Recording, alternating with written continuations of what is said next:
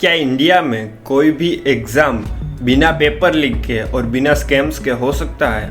क्योंकि ये बात आजकल तो असंभव सी साबित हो रही है। दोस्तों 4 जून को सिर्फ इलेक्शन का रिजल्ट ही नहीं आया था, 4 जून को नीट एंट्रेंस एग्ज़ाम का रिजल्ट भी आ गया था, जो कि इंडिया की सबसे बड़ी मेडिकल एंट्रेंस एग्ज़ाम है, जिसमें 23 लाख से भी ज़्यादा बच्चों ने पार्टिसिपेट किया था। 4 जून को नीट के रिजल्ट्स के बाद नेशनल टेस्टिंग एजेंसी एनटीए पर बहुत सारे सवाल उठ रहे हैं।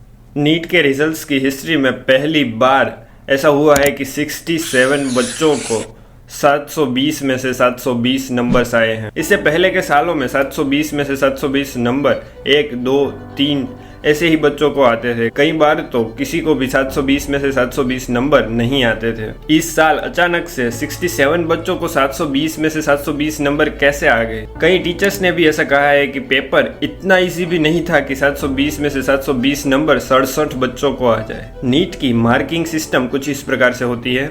नीट में 720 नंबर होते हैं। हर एक सवाल के आपको 4 मार्क्स मिलते हैं, यानी कि आपको 180 क्वेश्चंस अटेम्प्ट करने होते हैं। अगर आपका जवाब सही है तो आपको +4 मार्क्स मिलेंगे और अगर आपका जवाब गलत है तो आपको -1 मार्क मिलेगा। इस तरह से नीट की मार्किंग होती है। अगर इस हिसाब से आप मार्किंग सिस्टम को देखें तो किसी भी बच्चे को या तो 716 नंबर आएंगे या 720। लेकिन इस साल के रिजल्ट्स में कई सारे बच्चे ऐसे हैं जिनको 780, 719 नंबर आए हैं। ये कैसे पॉसिबल है?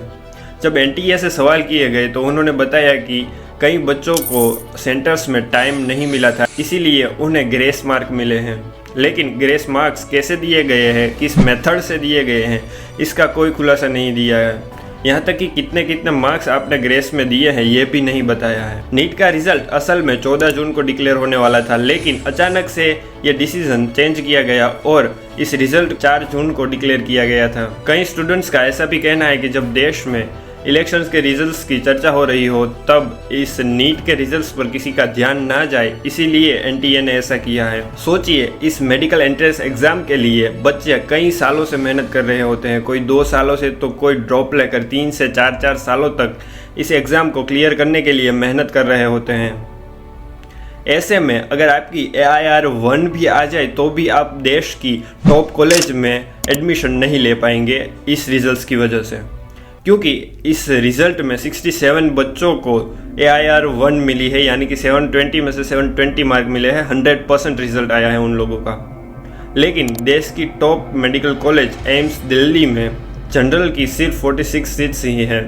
मतलब 67 में से 46 बच्चों को ही देश की टॉप कॉलेज में एडमिशन मिलेगा, जबकि इन सब के मार्क्स तो सेम ही हैं। एक और बात जो इस रिजल्ट्स को लेकर अभी चर्चा में है वो ये है कि हरियाणा के झज्जर में एक सेंटर में 7 बच्चों को 720 में से 720 मार्क्स मिले हैं।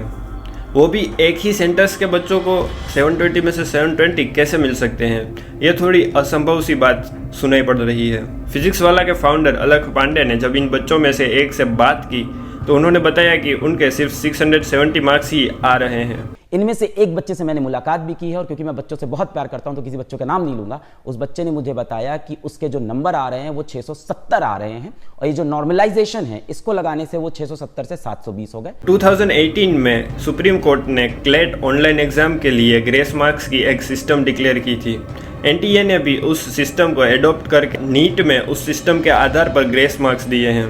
क्या ये सही था? क्लेट की ऑनलाइन एग्जाम के लिए तैयार की गई ग्रेस मेथड को नीट की एग्जाम में अप्लाई करना, इसकी वजह से कई बच्चों को 60 से 70 मार्क्स दिए गए हैं और उनकी रैंक 2-2 लाख तक आगे चली गई है। और तो और ऐसी भी खबरें आ रही हैं कि पटना में नीट की एग्जाम के पहले एक FIR दाखिल की गई थी जिसमें बताया गया था कि नीट का पेपर लीक हो गया है। तब 13 लोगों को अरेस्ट भी किया गया था। लेकिन एनटीए ने इस खबर पर कुछ ज़्यादा ध्यान नहीं दिया है। इस रिजल्ट्स की वजह से हालात कुछ ऐसे बन गए हैं कि नीट की एग्ज़ाम में 650 मार्क्स किसी ज़माने में बहुत ज़्यादा माने जाते थे, लेकिन आज के दिन में 650 मार्क्स वाले को गवर्नमेंट कॉलेज में एडमिशन मिलना भी बहुत मुश्किल है। इनमें से कई सारे बच्चे ऐसे होंगे जो प्राइवेट कॉलेजेस की ज़्यादा फीस नहीं भर पाते होंगे। इसी वजह से ये लोग गवर्नमेंट कॉलेज में एडमिशन के लिए ट्राई कर रहे थे। लेकिन एनटीए के इस फैसले की वजह से कई बच्चों के सपने टूट गए हैं। ऐसी भी खबर आ रही है कि नीट के एग्ज़ाम के रिजल्ट के बाद एक स्टूडेंट ने सुसाइड भी कर ली है।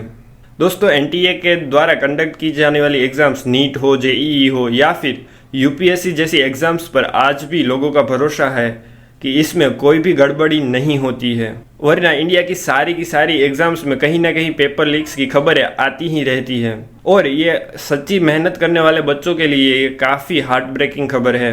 दोस्तों मैं सारे स्टूडेंट्स से कहना चाहूँगा कि आप एनटीए के सामने ज़रूर सवाल उठाएं।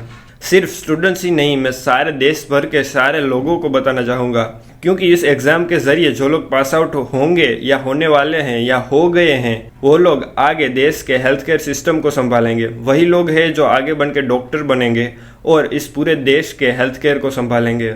इसीलिए ये ज़रूरी हो जाता है कि स्टूडेंट्स बिल्कुल ही ईमानदारी से ये एग्ज़ाम दें और एनटीए पूरी ईमानदारी से इस एग्ज़ाम को कंडक्ट करवाए। आप एनटीए पर सवाल उठाने के लिए उनको ईमेल कर सकते हैं और उनके ट्विटर अकाउंट पर उनसे जवाब ज़रूर मांगे कि इस एग्ज़ाम में ग्रेस किस मेथड पर दिए गए हैं। हालांकि कई स्टूडेंट्स की तरफ से इस एग्ज़ाम को रद्द करने की मांग भी उठ रही है। आपके क्या ओपिनियन है हमें कमेंट में ज़रूर बताएं, और अगर आप भी ऐसी वीडियोस देखना चाहते हैं तो हमारे चैनल को सब्सक्राइब ज़रूर करें।